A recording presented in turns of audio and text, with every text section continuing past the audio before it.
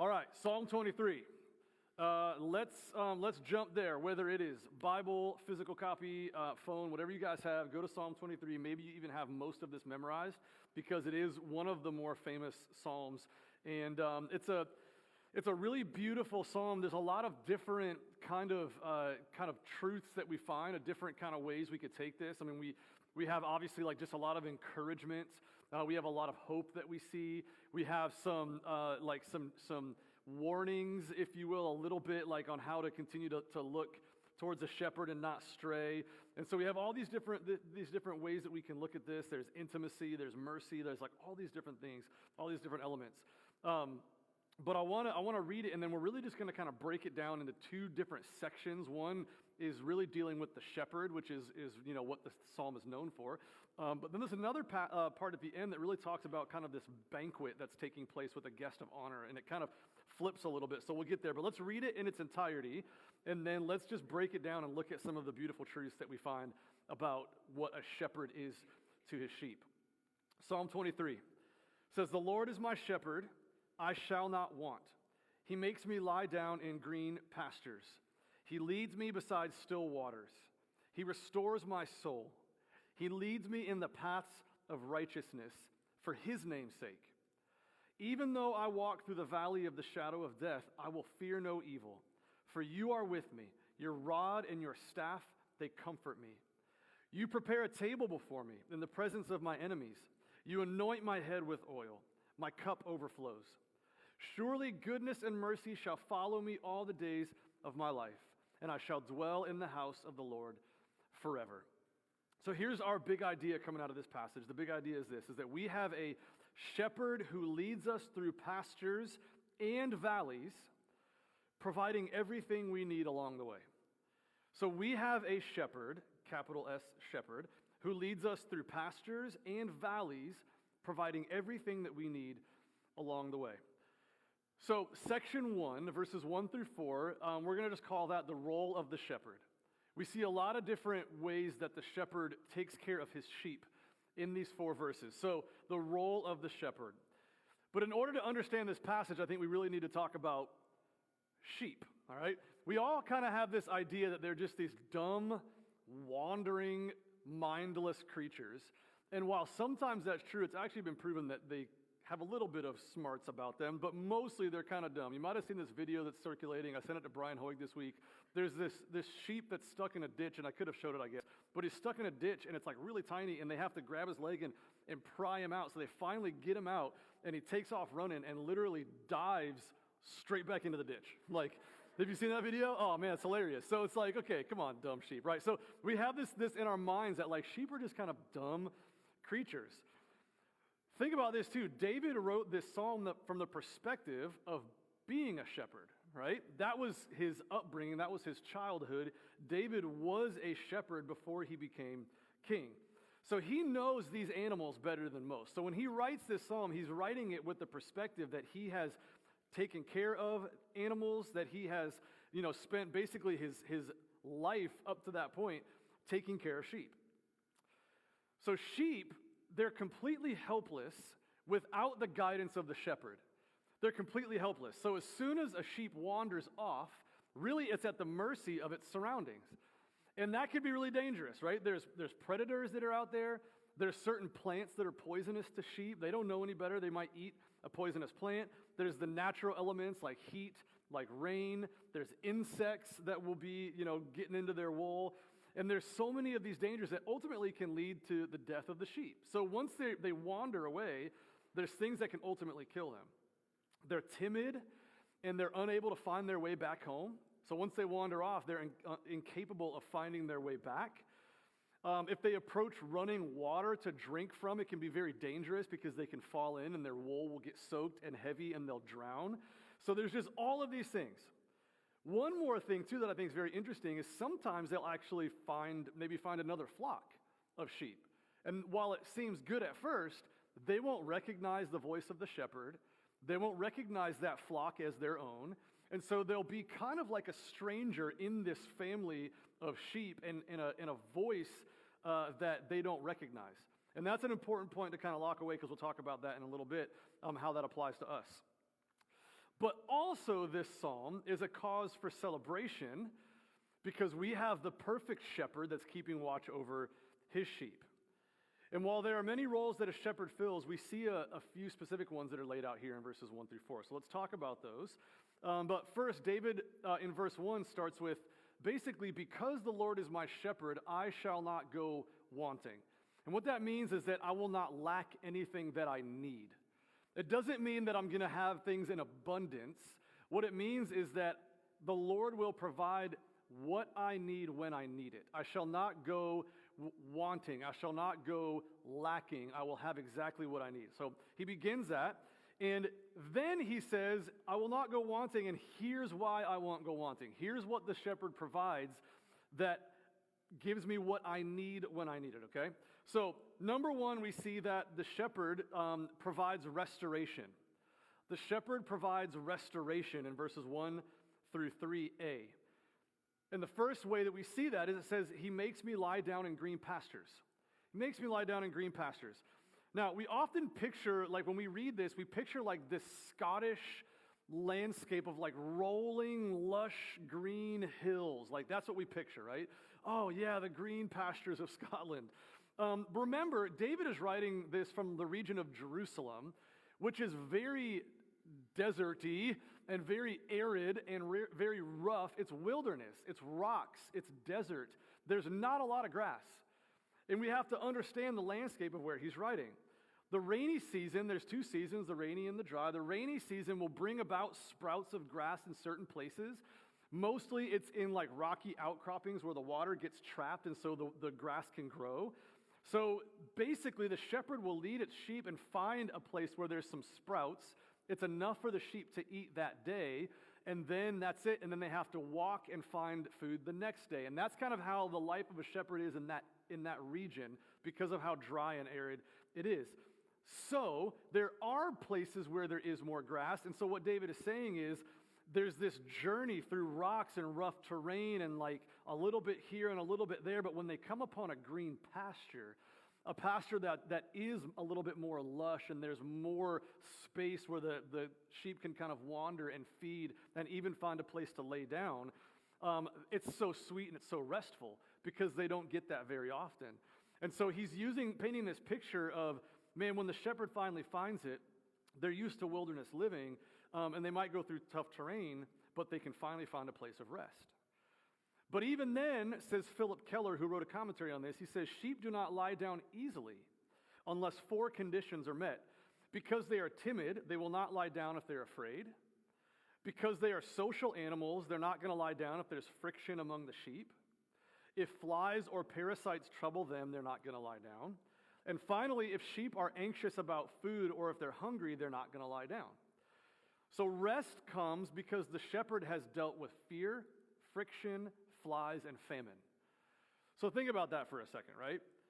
The shepherd, even though they find the green pasture, there's still a lot that might be weighing the sheep down that the shepherd needs to deal with before that sheep can finally find rest. And then he says that he leads me beside still waters, and these kind of go hand in hand. He leads me beside still waters. I don't know what it is about still waters that's so calming. I have a few of the kids that were in student ministry a few years back with me, and they can attest to this. But every summer we'd go up to Michigan to a camp called Lake Ann Camp, and there's a lake right in the middle. And one of my favorite things to do would be to get up really early before kind of the life of the camp starts happening, and I would go down and sit right next to this lake on one of the chairs that they had out there with my Bible and my thoughts, and it is perfectly calm. You guys ever been by like perfectly still water? Or like you're out on a lake on a boat and you get into a cove and it's just glass? There's something that's so calming about just sitting and there's no movement and it's just water and it's nature. Like there's just something about that, for me at least, that's just so calming. So while David is kind of evoking this calming, idyllic setting, he's speaking as well about the sheep and their inability to find still waters from which to drink. Sheep will drink whatever water source they come across. So it could be stagnant, it could be like mossy and like fungus growing all over it. It might be dangerous, it might be running water, which is hard for them to drink from. So they need the shepherd to lead them, to find the water that's good for them to drink. And the shepherd knows where the good water source is.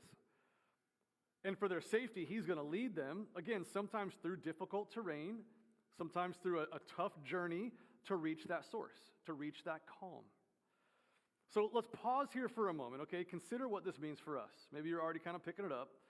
But sometimes before the Lord provides the green pasture, or before he provides the still water, we have to deal with fear, friction in relationship, flies, and famine.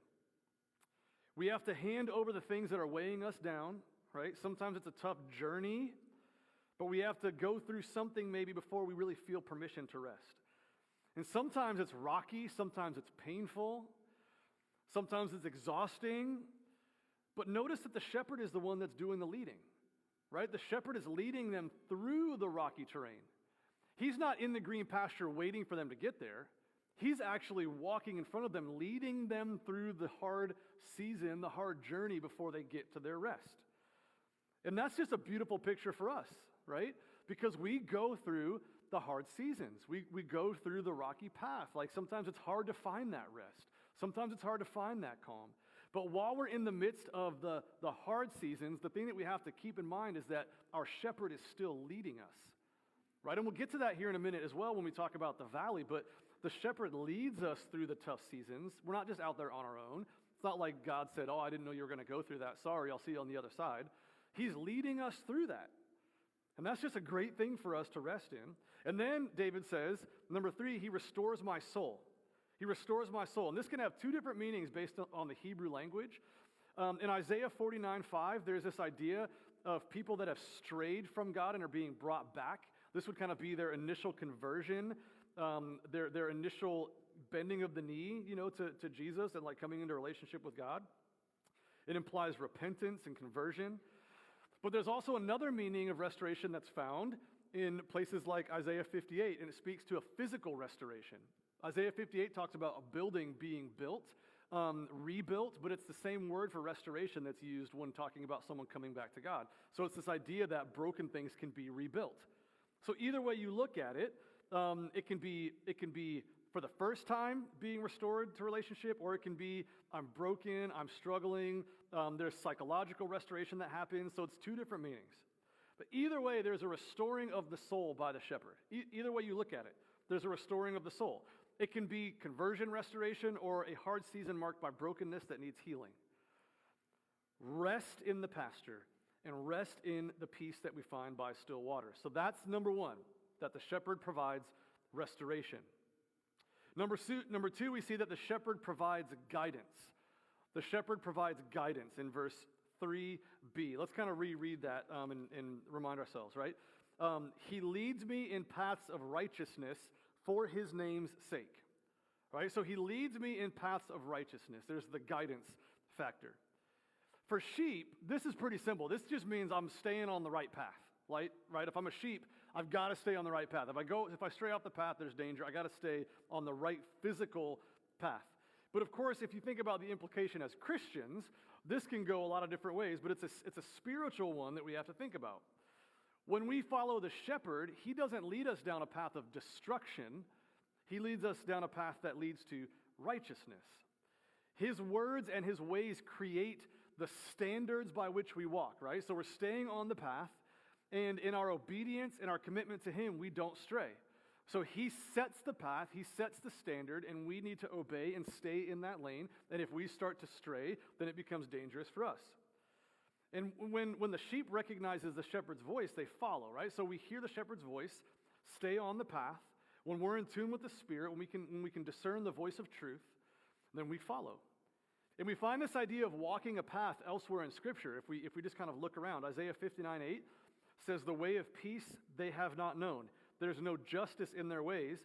They have made themselves crooked paths. Whoever takes that way shall not know peace. So we have a crooked path, and it's alluding to that it's people who are wicked, who are walking on the crooked path. They're creating this crooked path. But then we have Proverbs 3:5 and 6 that says, trust in the Lord with all your heart, lean not on your own understanding, in all your ways acknowledge him, and he will make straight your paths. Make your paths straight, right? So you have the straight path, and you have the crooked path. And the path, scripturally speaking, is our journey through life. That's what a path is in the Bible. That's our journey through this life. The crooked path walked by one who is wicked doesn't lead to peace. Trusting and following God keeps us on the straight path. It's like in swimming. Sometimes these pools, they have the black line at the bottom of the pool. And that black line is so that when the swimmer is swimming in their lane, they can see that they're staying where they're supposed to stay, right? So they have this guide. They're looking down at the black line, and then they breathe and they look down, right? And so they're following that black line. Then they don't have to look at where the dividers are in the lane because they have their guide. But if they stray from that and end up in another lane, then they can be disqualified from the race, right? So they have that line to guide them, and it's the same kind of thing. Like God's standard is what guides us to stay on the straight path. And we have an interesting change that's coming up here in a minute that we see by David from verses 3 to 4.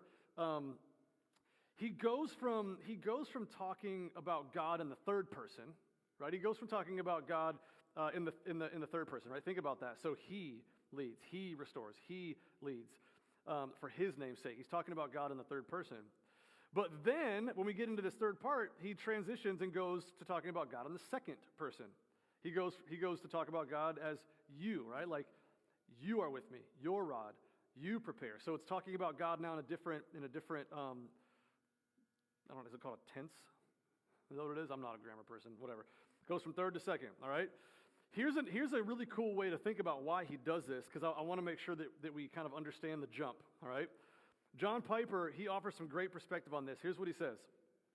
He says, why didn't he just go on to say, even though I walk through the valley of the shadow of death, he is with me.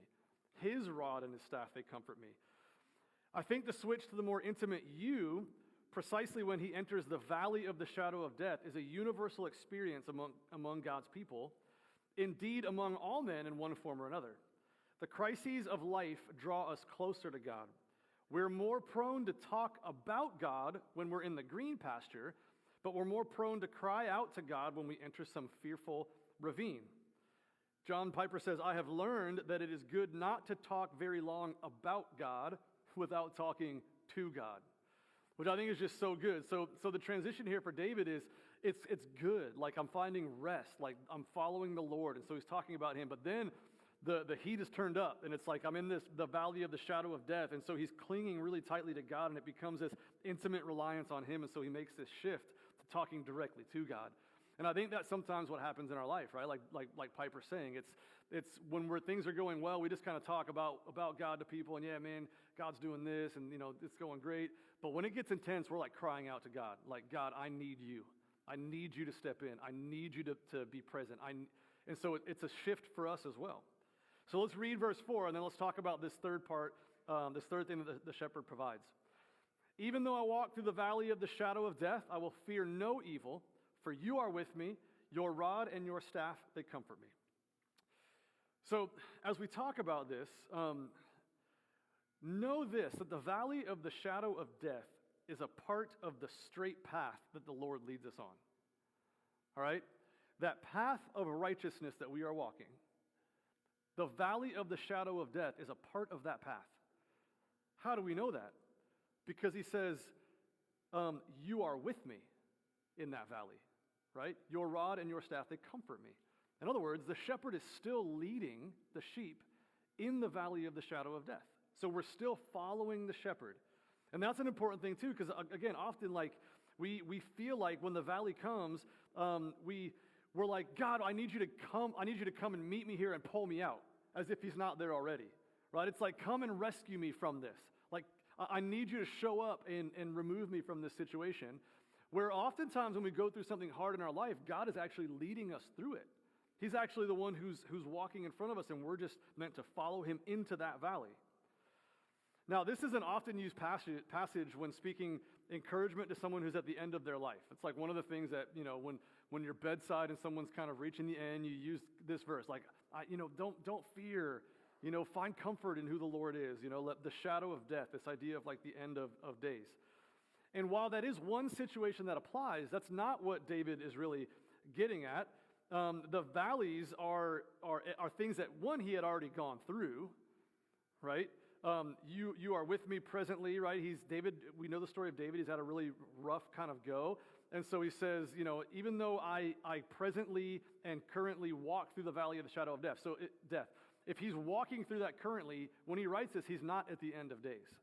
So we know that it's not speaking about death physically, but it is talking about the intense temptation in those moments. We talk about life and death spiritually, and it's that intense pressure to find the easy way out, right? Like to turn to the world for rescue or to satisfaction. It's like this really intense, hard place that we walk.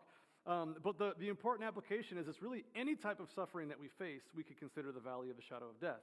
Because troubles will come, right? Like we're going to walk through those valleys. It's going to happen in our lives. But what David says next shows us the protection that's offered up, right? So the third thing, right? The shepherd provides protection. All of it kind of ties together here in verse 4. He says, I will not fear, for you are with me. Your rod and your staff, they comfort me. So for a sheep, this isn't a disciplinary thing, okay? It's not like a rod that he would use to beat the sheep to keep him in line. That's not what he's saying, because it says it comforts me. Like, I don't know about you, but like that doesn't sound very comforting to know like the shepherd's behind you with a stick getting ready to beat you, right? Like that's not comforting.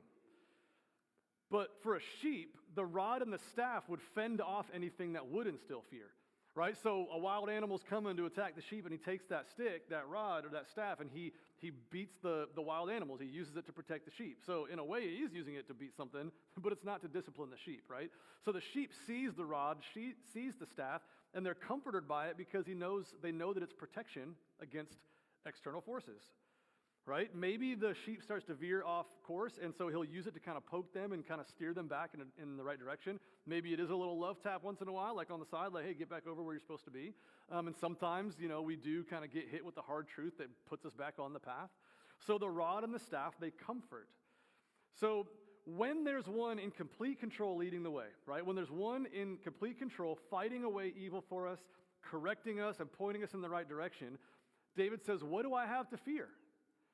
If there's one who goes before me that protects me, if there's one that goes before me that's setting my path straight, if there's one that goes before me that continues to guide me, then why should I be afraid? In fact, it isn't just that our fear disappears, but it says they're comforted by the sight of it. So, hey, don't fear, but also find comfort in the fact that your shepherd is leading you and protecting you all along the way. And this is a really big application point again for us, right? I mean, you think about our shepherd who fights for us. We have a shepherd who protects us. We have a shepherd that gently steers us back to the path of righteousness. We have a shepherd who sometimes maybe swats us with a little conviction to help course correct, right? There's the Holy Spirit conviction that we go, oh man, I'm straying and I need to get back to where I need to be on the path of righteousness. Here's why that's good for us, right? The world is waging war for control of our hearts. Every single day. Waging war to have our hearts, but Jesus died to put an end to that, right? John 16:33, Jesus says, in this world you will have tribulation, valleys, but take heart because I have overcome the world. I, the good shepherd, have already overcome that which is going to try to pull you off the path. That which is trying to tempt you to take the easy way out when you're struggling and you're facing hardships. Right? So we mustn't fear evil, for our shepherd, Jesus, defeated evil. And ultimately and forever will defeat evil when he comes back for us. So even though I walk through difficulties in this life, I have a shepherd who protects my mind from the lies of the devil. And even though I fight through seasons of suffering, I have a shepherd who keeps me moving in the right direction. And then we get to verse 5 and 6, and it's like this big transition. So we went from third person to second, but now we go from, he's kind of done with the sheep language, and now he starts talking about this banquet that seems almost like a victorious kind of like celebratory banquet. So it's interesting that he uses shepherd language and then goes to this language of kind of like hosting a banquet, but it still ties in because it almost feels like, okay, you've come through the valley of the shadow of death, you've walked this life, you've journeyed well, and now there's a celebration, there's a table, there's a place set for you in my banquet hall, right? So let's read verses 5 through 6 again. You prepare a table for me in the presence of my enemies. You anoint my head with oil. My cup overflows. Surely goodness and mercy shall follow me all the days of my life, and I shall dwell in the house of the Lord forever. So this great banquet is taking place, and again, it almost feels like this final victory. You know, the enemies are present. David knew very well what victory looked like. I mean, he had, how many, Chris, you told me the other day, how many wars did he fight, battles? 66 battles or something like that. Like, the man is a veteran of war. So he knows how it goes. And when he says that my enemies, the presence of my enemies, the reason he says that is because they would actually take the captives who they took captive during the war, and they would be present when they would have the celebration, the big banquet. So when he says the presence of my enemies, like literally the enemies are there watching them celebrate the victory over them. Like, think about how humiliating that is. Not only have you been beat, but now you're locked up watching them celebrate, you know, getting beat, basically. So in the presence of my enemies, right? So there's this banquet taking place. It's a celebration. And it's not just that, but there's this idea that there's a guest of honor, right? Because he talks about the head being anointed with oil and the cup overflowing. That's what you do to a guest of honor. You wash them and you anoint them, and then the cup overflowing is the blessings that are just, they're pouring out of the cup because there's so many of them. Like, you can't even contain it in the cup. So it's this picture of, hey, you've fought well, and now we're going to celebrate together, and you're going to be abundantly blessed in this moment as my guest, right? So David is an honored guest at the Lord's table. His cup is overflowing with goodness and mercy, and we can take that and we can really think about, for us, in the end, what that looks like, right? Or even we can think about it presently when we make it through a season of hardship, and the Lord says, okay, now rest, and I'm gonna give you in abundance, right? Sometimes the abundance that comes is mostly it's the spiritual aspect, right? Like, now I have abundance of peace, I have abundance of rest, I have abundance of these things that the Lord has given me, Ephesians chapter 1. But that's the kind of celebration, that's the kind of blessing. And then he says, goodness and mercy follow me all the days of my life. And what he's saying there, he says, I shall dwell in the house of the Lord forever. And what he's saying, that Hebrew word is for the rest of my days. And so I'm going to rest in the house of the Lord. I'm going to rest in the presence of the Lord. I'm going to continue to follow him basically until the day that I die. So it doesn't actually have an eternal connotation when he writes, but it does for us, right? Because we will dwell in the house of the Lord forever, and we will be blessed, and we will have an overflow of abundance at that point. So let's talk application, and worship team, you guys can head back up here. Let's talk application for a minute, and I want to do this very simply, okay? It's really, I just want to talk about how Jesus is this for us, okay? I said it kind of under my breath, but yeah, you guys can come up, worship team. I don't know if you heard me. Jesse heard me. My dad's whispering. Come on, man, get up here. I'm nearing the end. I'm trying to let you know. I'm trying to give you my time. So here's the application, all right? Very, very, very brief. But Jesus said, okay, I am the good shepherd. I know my own, and my own know me. So all of this that we read, right? He makes me lie down in green pastures. He leads me by still waters. He restores my soul. He leads me in the path of righteousness. By the way, for his name's sake, all this is for his glory. But we look at Jesus and go, yeah, this is what Jesus does for me. Even though I walk through the valley of the shadow of death, I'm not going to fear. Why? Because Jesus is with me. Jesus is truth and his life. They comfort me. So just think about this, right? For us, number one, a shepherd provides restoration. Well, Jesus says, come to me, all you who are weary and heavy laden, and I will give you rest. He also says, I have other sheep that are not of this fold. I must bring them in also, and they will listen to my voice. So you have the conversion restoration there, and him taking our burdens is the physical restorative, the psychological, the physical restoration that we can get. Number two, the shepherd provides guidance. Well, Jesus said, I am the good shepherd. I know my own, and my own know me. My sheep hear my voice. Right? We hear his voice and we follow. He provides guidance for us. And then he provides protection. Well, Jesus said, I will give them eternal life, and they will never perish, and no one will snatch them out of my hand. My Father who has given them to me is greater than all, and no one is able to snatch them out of my Father's hand. So the protection, the security that we have in our relationship with him. So here it is, right? If you're tired, if you're burdened, if you're feeling wayward, like you're kind of wandering off the path, if you're feeling fear of what the future holds, if you can't see the light through the darkness, if you're in a valley right now and you can't see the end of that valley, then we need to trust Jesus. We need to trust our shepherd who never leaves us wanting, always gives us what we need when we need it, always comes through exactly in the moment. It may not be when we think we need it. It may be a longer season of trying that we go through, but when we need what we need, he provides.